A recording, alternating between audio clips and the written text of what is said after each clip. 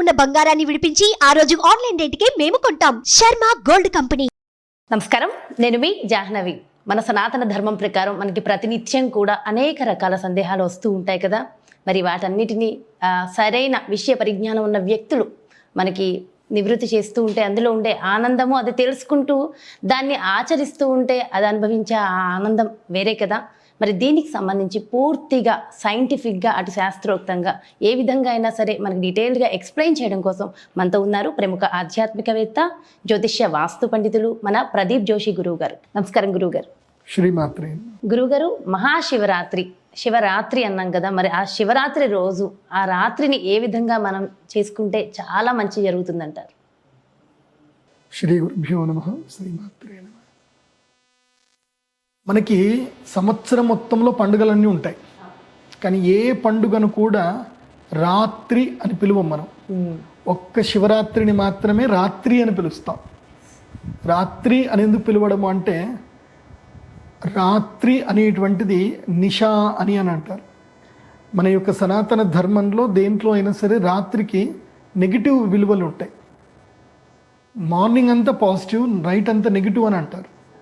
అంటే 3 గుణాలు ఉంటాయి, సత్వము, రజస్సు, తమస్సు గుణాలు ఉంటాయి. మనకి ఉదయము సత్వగుణంతో ప్రారంభమవుతుంది.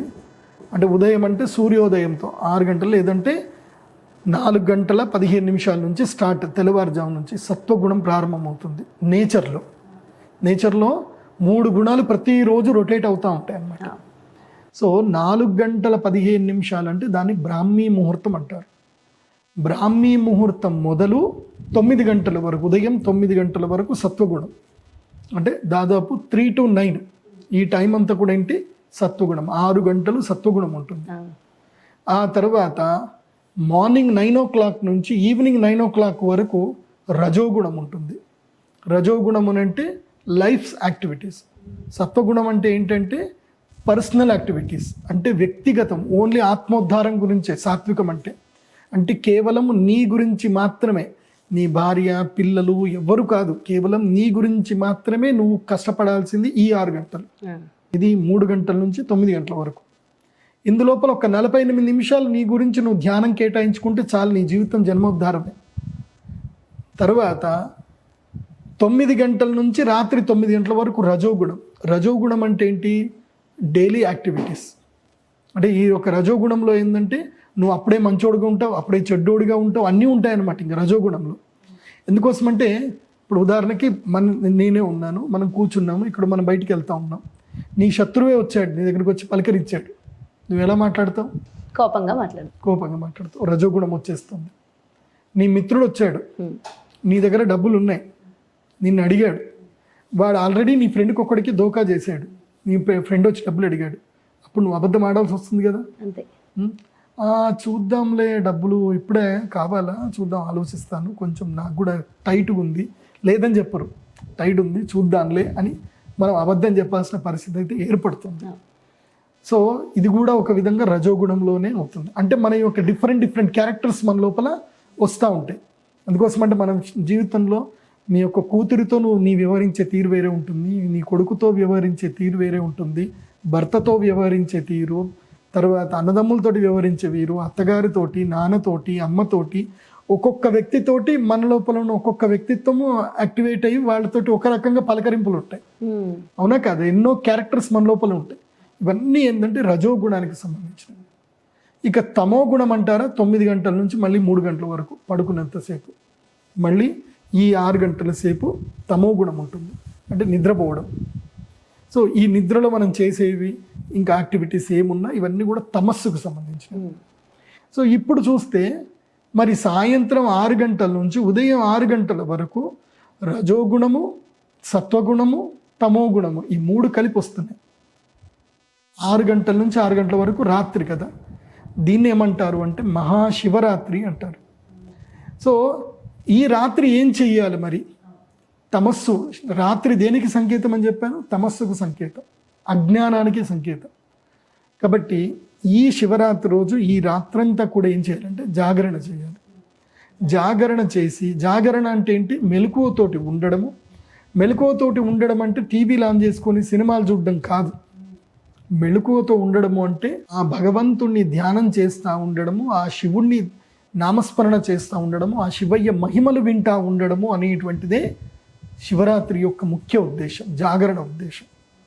ఎందుకు శివరాత్రికే జాగరణ చేయాలి? కొన్ని సైంటిఫిక్గా కూడా కొన్ని ఆలోచన మనం చెయ్యాలి. అంటే నాది ఎట్లా ఉంటుంది అని అంటే, నేను చిన్నప్పటి నుంచి కూడా దీని మీద వెనకేదో లాజిక్ ఉంటుంది, లాజిక్ లేకుండా ఇట్లాంటివి ఉండవు అని చెప్పి నేను పరిశోధన చేశాను.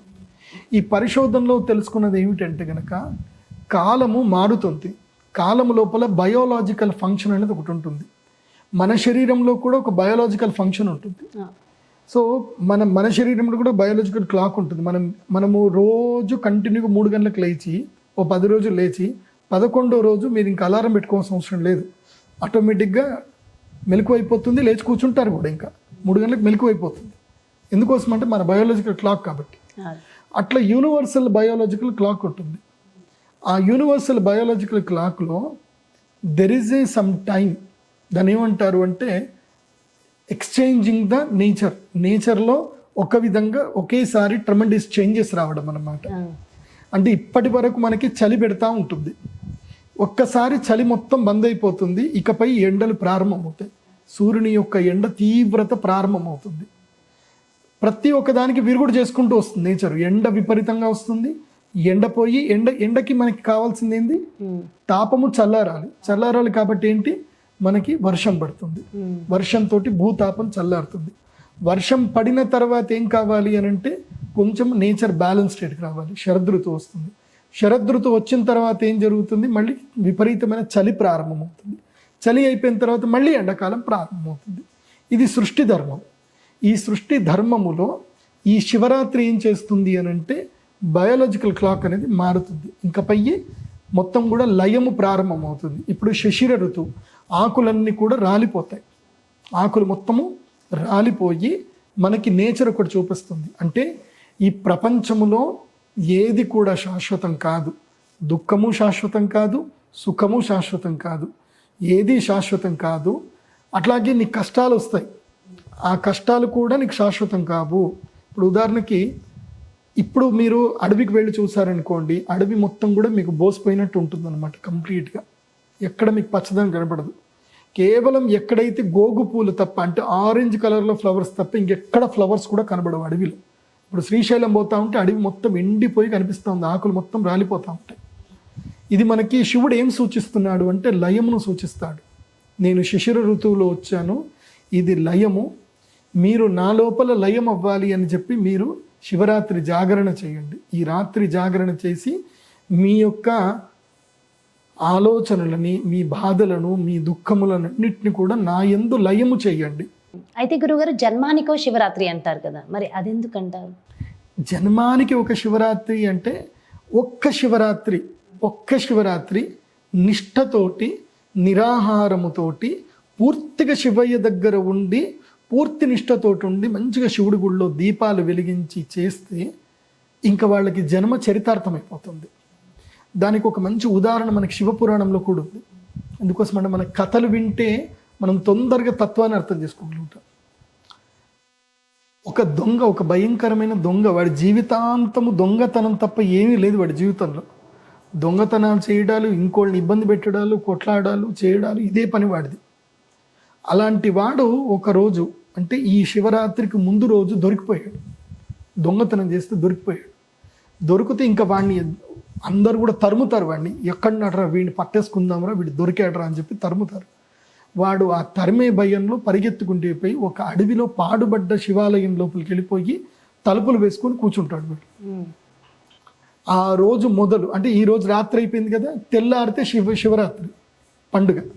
సూర్యోదయం మొదలు వాడు అక్కడనే గుడిలోనే కూర్చొని ఉంటాడు. ఆ గుడి చుట్టూ పాములు ఉంటాయి కాబట్టి ఆ గుడి లోపలికి వెళ్ళడానికి ఎవరు ధైర్యం చెయ్యరు కాబట్టి వాళ్ళంతా బయటే ఉంటారు. వీడు బయటకు వస్తే వీడి పని చేస్తాంరా అని చెప్పి అందరు బయట కూర్చుంటారు. వీడు లోపలనే ఉంటాడు. వీడికి లోపల భయంతో శివుడు దగ్గరనే ఉన్నాడు. వాస్తవంగా వాడికి శివుడు అంటే భక్తి లేదు, కానీ శివుడు దగ్గరనే ఉన్నాడు. తర్వాత ఏమైంది, ఈ లోపల వాడికి ఆకలేస్తుంది, ఆలోచన రావాలి, అన్నీ ఉంటాయి కదా.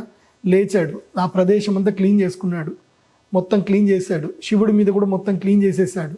అంత జిల్ల పురుగులు అవి ఇవి అన్నీ ఉన్నాయి కాబట్టి పురుగులు అన్నీ కూడా క్లీన్ చేయాలి కాబట్టి మొత్తం ఆ శివుడు అని అనుకోలేదు. ఇంకా నేను నా ప్లేస్ని క్లీన్ చేసుకోవాలి అని గర్భగుడిని మొత్తం క్లీన్ చేసేసాడు. క్లీన్ చేసుకొని నీళ్లు పోసేసాడు. శివుడిని కూడా కడిగేశాడు. కడిగేసి అక్కడనే కూర్చున్నాడు. శివుడి పక్కనే కూర్చున్నాడు, గర్భాలయంలోనే కూర్చున్నాడు. శివుడికి దండం పెట్టుకుంటున్నాడు. ఒక్కటి మాత్రం, నా ప్రాణాలు కాపాడు స్వామి అని దండం పెట్టుకుంటున్నాడు శివుడికి. అంత అయిపోయింది. రాత్రి అవుతుంది. రాత్రి ఏం చెయ్యాలి అని చెప్పి దీపం వెలిగించాడు. కంటికి ఏం కనపడలేదు, తేళ్ల చిక్కడ కురుస్తాయని చెప్పి దీపాలు వెలిగించాడు. అయిపోయింది. తెల్లారింది. తెల్లారిన తర్వాత వీడు వెళ్ళిపోయాడేమో, అందరు వెళ్ళిపోయారేమో అని అనుకున్నాడు. డోర్ తీసి బయటకు వచ్చాడు. దొరికినవాడు దొరికినట్టు కొట్టారు, నెత్తి మీద కొట్టేసి చచ్చిపోయాడు. చనిపోయిన తర్వాత వాడి యొక్క శరీరాన్ని, ఆత్మను శివదూతలు వచ్చి తీసుకొని కైలాసం తీసుకెళ్ళిపోయారు. యమదూతలు కూడా వచ్చారు అదే టైంలో. వీడు మహా దుర్మార్గుడు, ఎంతోమందిని చంపాడు, ఎంతోమందిని ఇబ్బంది పెట్టాడు, ఎన్నో దొంగతనాలు చేశాడు, వీడిని మాత్రం వదిలేదే లేదు, వీడిని మీకు ఇవ్వము అని అంటారు. శివదూతలు ఏమంటారంటే, వీడు నిన్న శివరాత్రి శివుడి దగ్గరనే ఉన్నాడు, మొత్తం కూడా శివుడు జాగరణ చేశాడు, రాత్రంతా మెలకు ఉన్నాడు, శివుడికి దీపాలు వెలిగించాడు, శివుడి మీద నీళ్లు పోసాడు అని చెప్పేసానంటే యమదూతలు అంటారు. వాడు ఇంటెన్సివ్లీ చేయలే కదా, వాడు ఏ మంత్రం చదవలేదు, వాడికి శివ నామస్మరణ కూడా రాదు, ఓం నమ శివాయని కూడా పలకలేదు వాడు. శివుడు అంటే భక్తే లేదు వాడికి మీరు ఎట్లా మోక్షం ఇస్తారు, ఎట్లా కైలాసం తీసుకెళ్తారు అని అంటే అప్పుడు శివదూతలు శివజ్ఞానం ఇస్తారనమాట. సరే, ఉదయిస్తున్న సూర్యుని చూసావు కదా అని అంటే, చూస్తున్నామంటే, సూర్యుడి యొక్క శక్తి నీకు తెలుసా అని అడుగుతారు యమదూతలు. తెలుసు, మహాద్భుతమైన శక్తి, సహస్ర భాను కిరణులు అంటారు. కాదు, సూర్యుడి లోపల 10,000 కిరణాలు ఉన్నాయి, ఒకటి కాదు, 10,000 సవిత అని అంటారు. సో 1000 కిరణాల యొక్క తత్వం మొత్తం చెప్పు నువ్వంటే మాకు తెలియదు అని అంటారు. మరి 1000 కిరణాలు ఉన్నాయంటున్నావు, 1000 కిరణాల తత్వం చెప్పలేవు. సూర్యుడైతే ఉన్నాడు కదా, సరే నీవు సూర్యుడు ఉన్నాడు అని నువ్వు నమ్మవు, కానీ సూర్యుడు నీకు వెలిగిస్తున్నాడా లేదా? ఇస్తున్నాడు. సూర్యుడు నీకు శక్తిని ఇస్తున్నాడని నీకు నమ్మకం లేదు, నువ్వు నమ్మకు, కానీ సూర్యుడు నీకు శక్తిని ఇస్తున్నాడా లేదా? ఇస్తున్నాడు.